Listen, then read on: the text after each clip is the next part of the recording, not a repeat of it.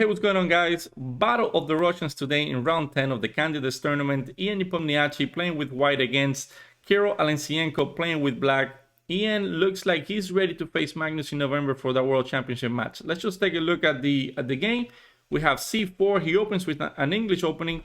We have knight to f6, g3, e6, and bishop to g2. This is very clever what Nepo is doing. He's getting a position in which he can transpose to just about anything, and it's going to be very difficult for Alekseenko to choose the right setup. And it was evident in this game since he was burning a lot of time every single move trying to come up with the right continuation. The game continued with pawn to d5, knight to f3, and all of a sudden we have a Catalan position on the board, and here d takes on c4 happened. Nepo continued with queen to a4, which is the main line here. You want to take this pawn right away with the queen. And Alekseenko played knight b to d7. And this is by far the most common move in this position. But practice has shown that developing this bishop on c8 is very difficult. It's very hard to move this pawn, because whenever you do, then this knight can come to e5, and then this bishop is attacking the rook here. So it's very difficult to develop your bishop to the square on b7.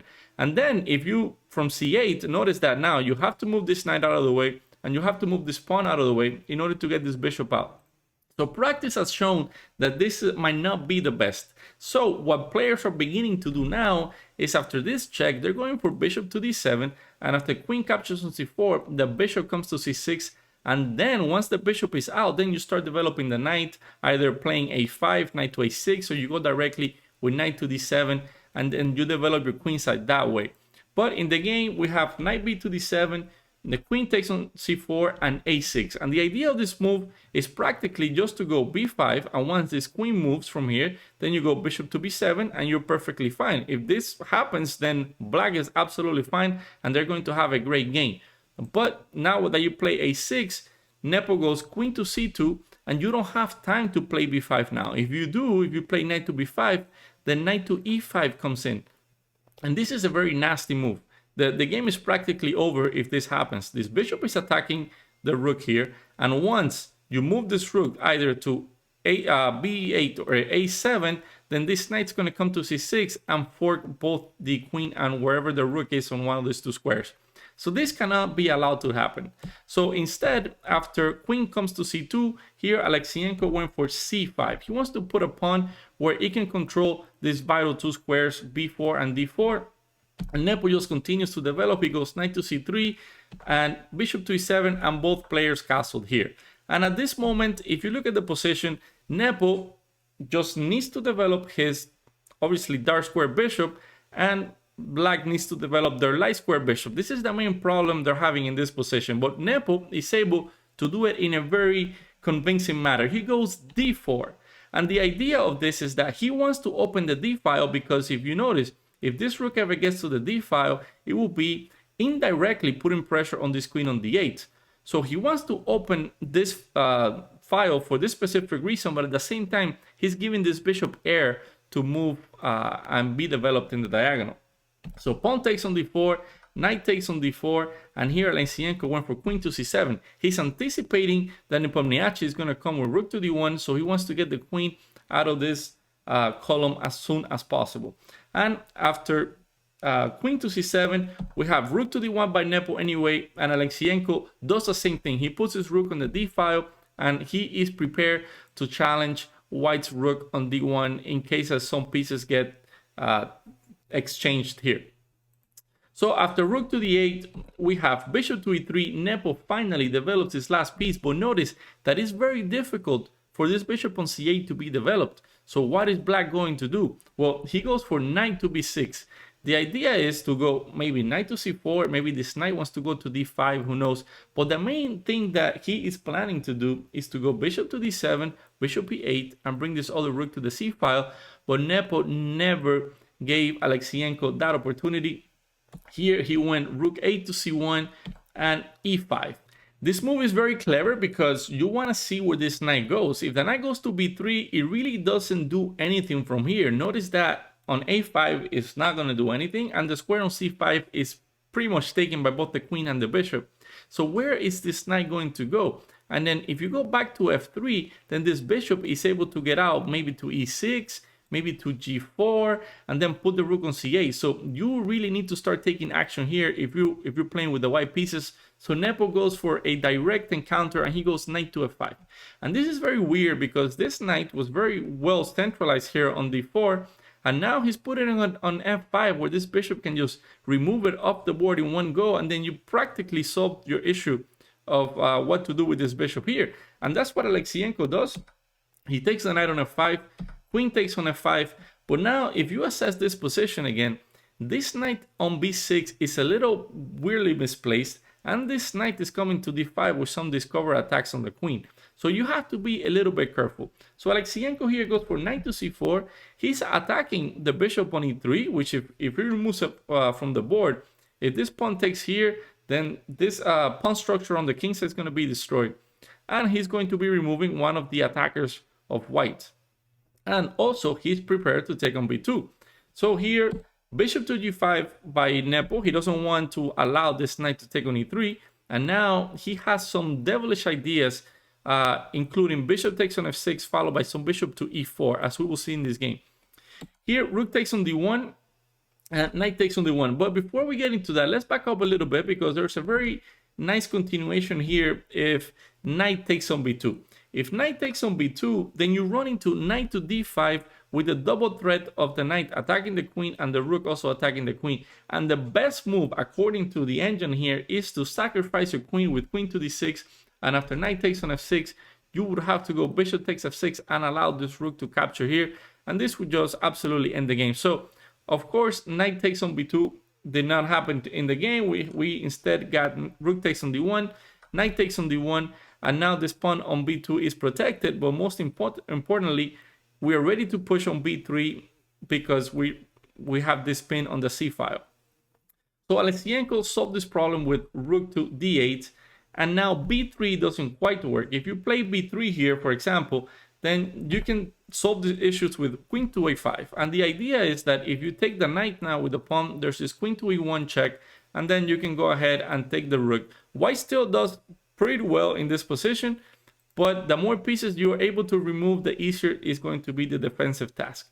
So after rook to d8, Nepomniachtchi doesn't go for this b3 because of the move we just mentioned, queen to a5.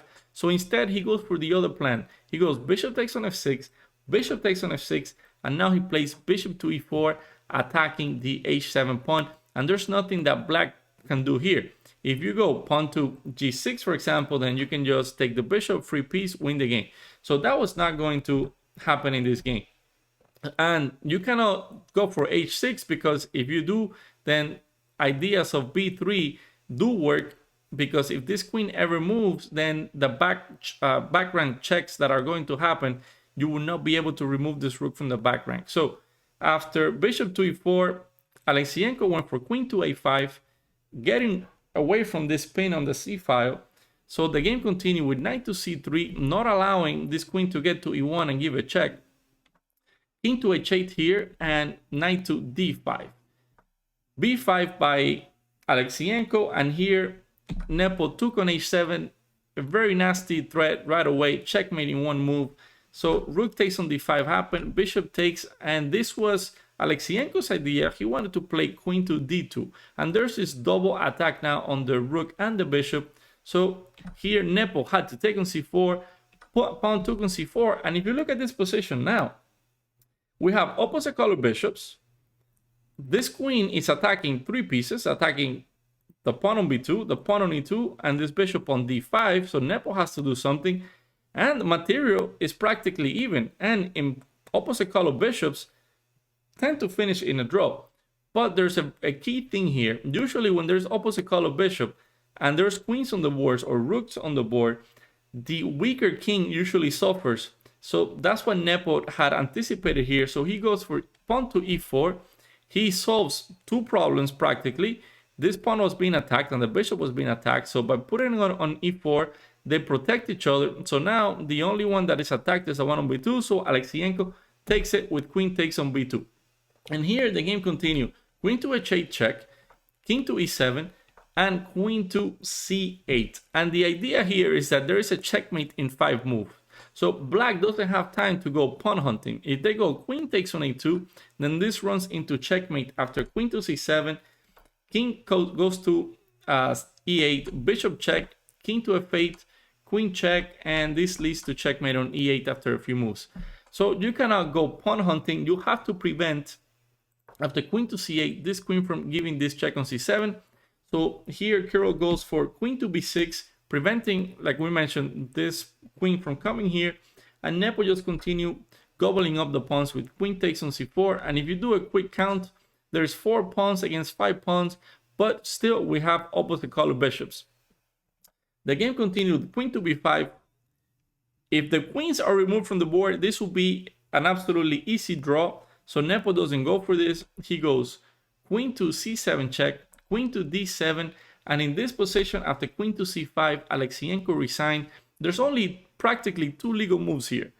Of course, king to e8 doesn't work because you just pin the queen here and you win the game. So the other 2 moves will be to go for queen to d6, but this loses after just queen to a5 check, queen to d7, and here you can capture the pawn, and you're going to be up 2 pawns, and this weakness on f7 is pretty evident, and you're probably going to drop the pawn anyways after moves like queen to c4. So the other possibility after queen to c5 was to go king to d8, but here you run into similar problems. You go queen to f8 check, king to c7, and here you continue with h4. Notice that black doesn't have any moves.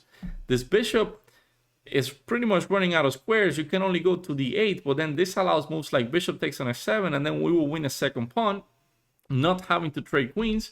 Then you can play queen to e7, but then queen to a8. Now you're threatening to go queen b7. The queen can capture on a6, and after queen to d6, you can just give a check and take the pawn on f7s, not having to trade queens, and this would just be a very easy conversion with the white pieces. So all in all, very nice game by Nepomniachtchi, a very easy win in about 31 moves, and with only 4 rounds to go, he gets Kaurana tomorrow with the white pieces, and if he's able to survive that game, and just imagine if he wins, he will practically be qualified to play with Magnus, and that is going to be a very exciting match. Thank you for watching. Hope you liked the video. As always, stay safe. Have a great day. Show respect to your opponent. See you on the next one.